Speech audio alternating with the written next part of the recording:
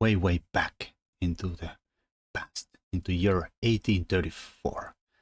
The best players of that time, the Bourdonnais, played Mr. McDonnell.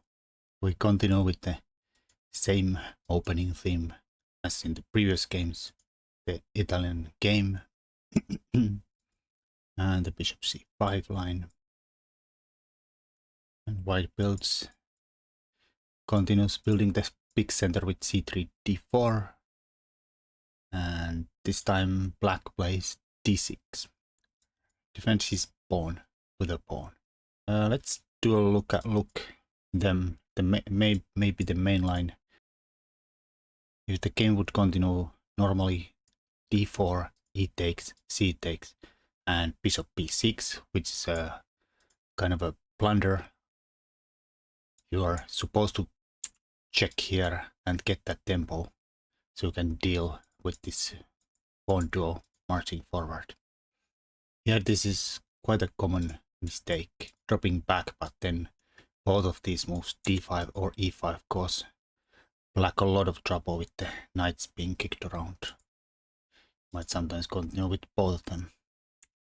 But here you can see that after d6 and d4, take and drop the bishop back here, because now, well, you can still kick this around, this knight here, but then you block your bishop up, and it has squares around here and there, the other knight is not here, and we have some cover in the central squares, and still some pressure on this d pawn. The other alternative would have been to go and again check white, but since there is no pressure on e pawn, white can play knight c3, or even the little tricky king f1, and now black has to be really careful, because the threat here is to play d5, kick the knight away, and then fork the bishop and the king. Alright, but in the game we got bishop b6, and here we got the very committal d5. Of course white could have continued with anything else, knight c3, castles, h3, all seem reasonable moves. But white went with the still kicking the knight around.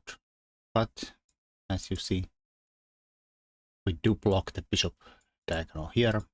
Again, knight has some options. He could go to knight c7, but then white might continue with e5 or knight c3. It's probably a decent square.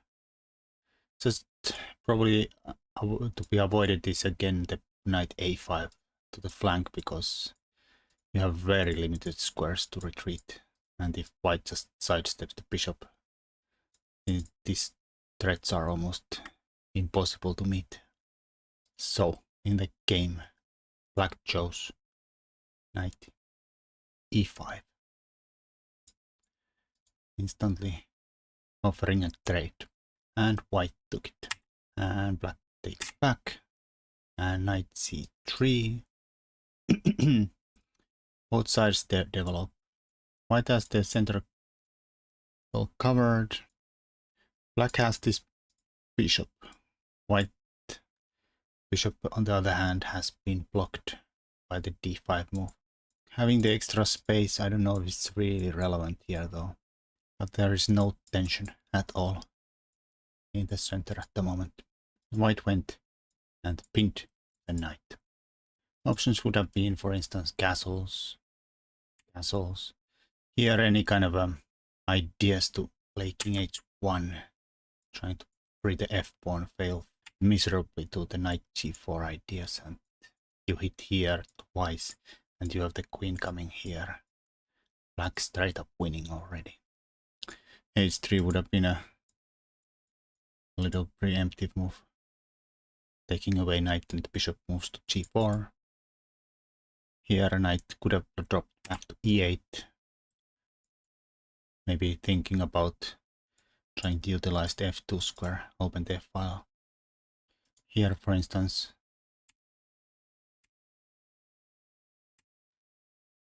knight d6. And already white's in a big trouble here.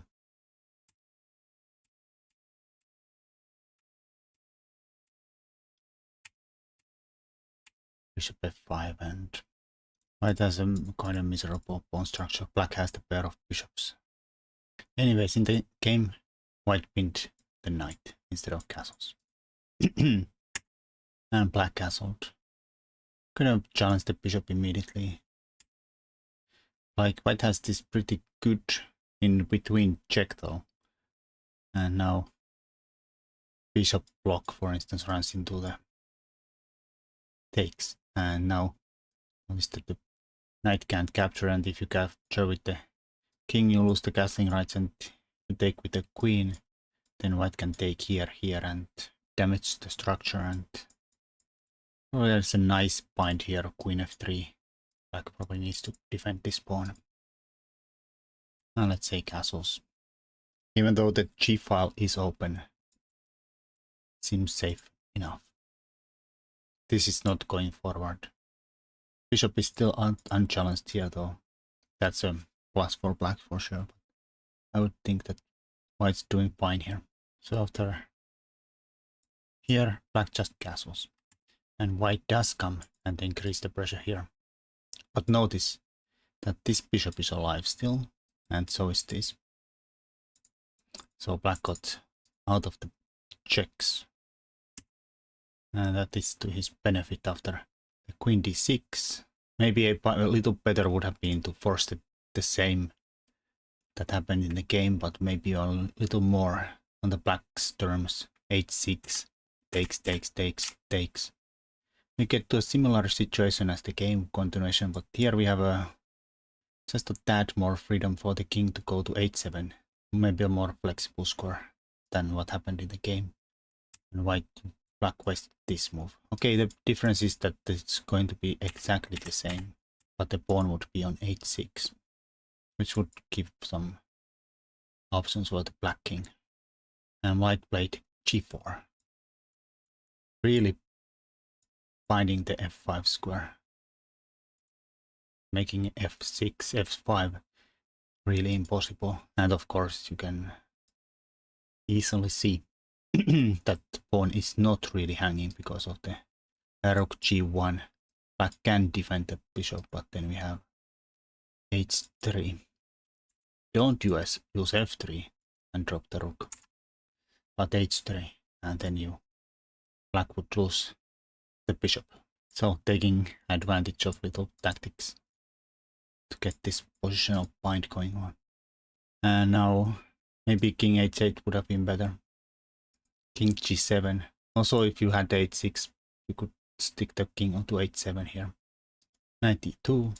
Maybe we are eyeing g3 and maybe roots towards f5, h5. And this still is not takeable, but it would be hanging if we had the king not on the g file. Well, black goes to the point of the king g8, g7 is to go to the h file and maybe blast through with the h5. Then maybe if we get rid of the g pawn, we can start to undermine the white center with the f5s. White goes rook g1, just defending the pawn. And now of course h5 would run into a discovered check. Is that horrible? Maybe not so, but it's probably still better to avoid that and just sidestep that king f8. And now white did some prep. Rook g2, funny looking move, but the idea is to just defend this pawn, which was attacked here, and free the king from defense. The other idea is to come and bring the other rook here to double. Black should probably have gone with h5. Time this break nicely. I mean, you can take it, but then black takes it and has the nice pressure on here. White could play h3, but then we just take. And for instance, rook h1. Now you are losing the rook, so you have to block with something. If you block with the rook, then we just take and say thank you. And of course the knight block is going to be a little awkward. Check, taking away the castling rights. Now the pin is real pain. Improving and bring the rook. Now white has to bring the rook out so he can move the knight away and get out of this mess, and say rook h4, f3, and let's say king g7 and coming here, and this knight is miserable, and well, there's just no coordination at all for in white camp. Black's definitely a better. I mean, even if you get this all the way here, you still have the problem that all your pawns are on the light squares. The remaining bishop is going to be a little disadvantage for white. Instead of h5, black played king e7, bringing the back rank for the rooks to swing around. But that gives white some time and castles. Now he doesn't end up in any kind of a nonsensical pins. And then black went h5. Maybe timed a little wrong.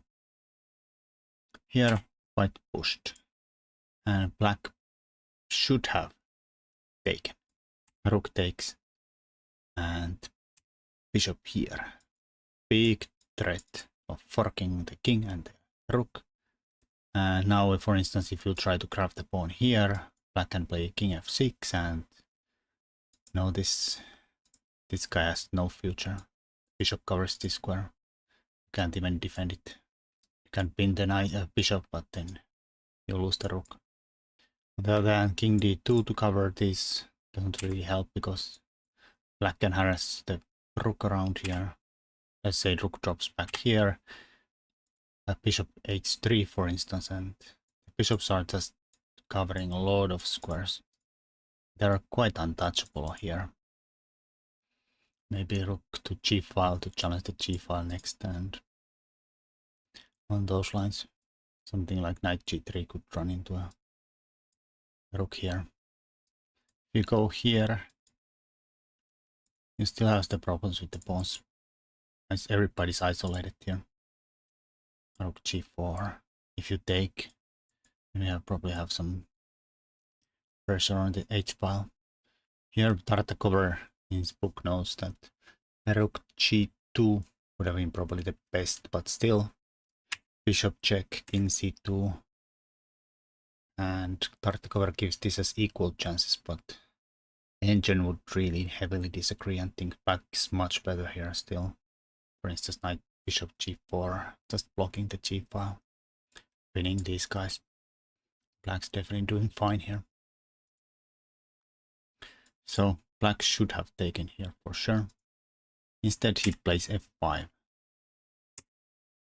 White doesn't touch it, improves the knight. Wants to get the knight to e4 if takes. Also another threat, why this was played is that white might also think about, let's say bishop d7, maybe d6 could be a nice little that here, and then we stick the knight to d5.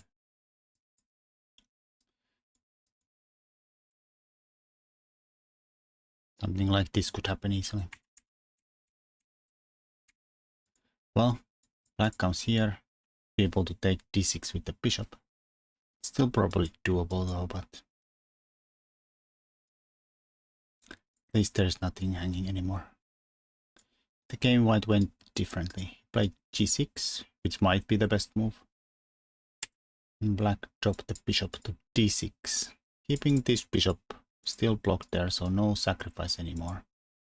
Keeping the knight out of d5. And we haven't taken here, so it's not going to e4 either. White took. That would have probably been better to just push the pawn forward and continue with something like h4.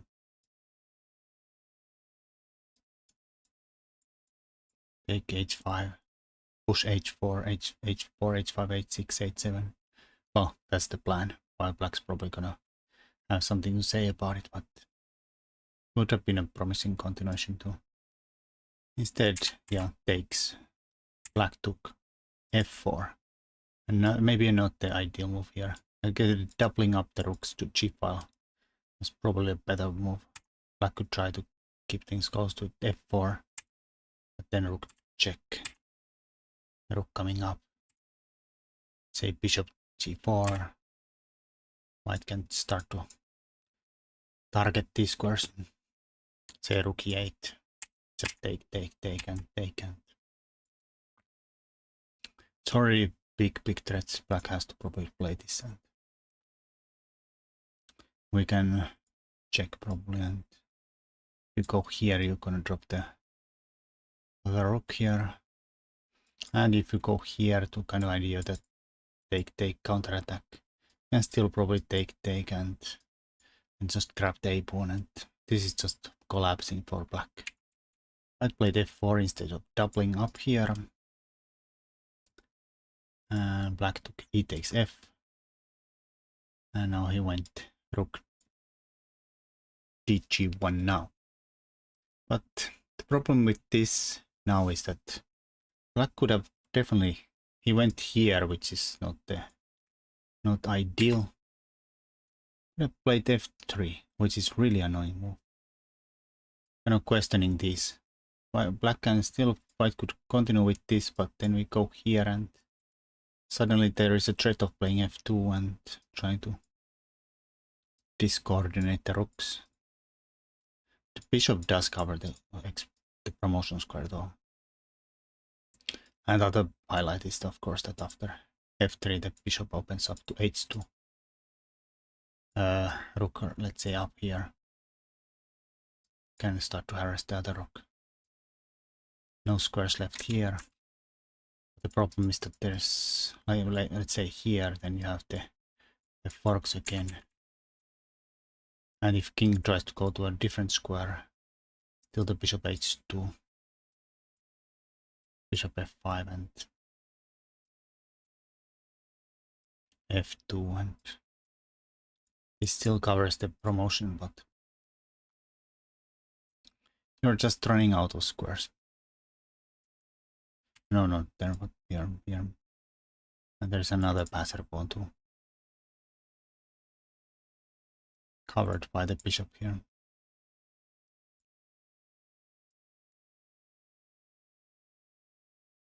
Doesn't really matter where we go. You can grab this, but then you can't stop this guy anymore.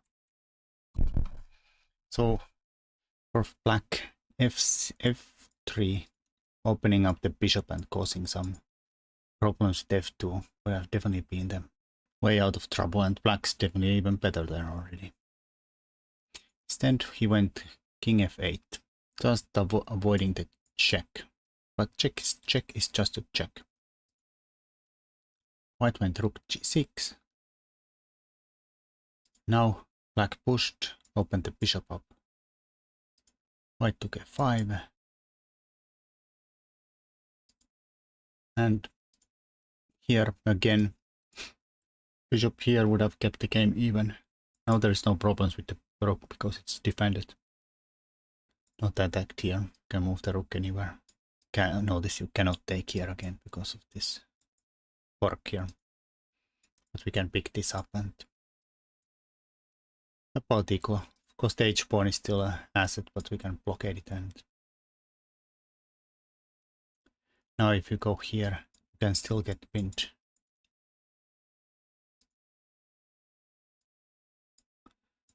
But this is obviously an engine line that is very hard to see. Anyways, black played a really curious move. Somehow he's really afraid of the rook coming to g7. So he played bishop e5, but it comes without any threats, allowing white to now finally free this bishop that has been blocked since the move 7, when white played d5 here. And suddenly c takes d allowed very nice finish. Rook g8, rook takes, king e7, knight d5. The sad fact here is that you have two options to where to go. You either go to f7 allowing these kind of discoveries, defending the rook and picking up the rook here. And the bishop also covers the pawn, so there's no nasty surprises in the end of these lines. Or, well, to be honest, is it really that much worse? At least it ends the suffering. King d7, bishop b5, checkmate. Bang. Anyways, until next time.